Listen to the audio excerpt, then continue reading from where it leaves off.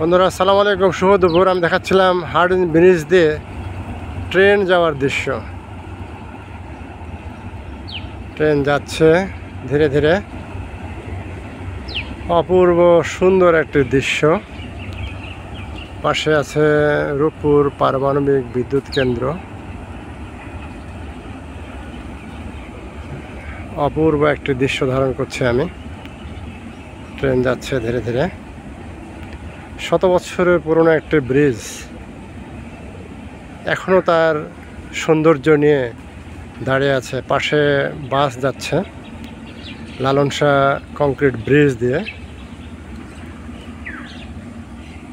আর পাশে দেখতে পাচ্ছ রূপপুর পারমাণবিক বিদ্যুৎ কেন্দ্র।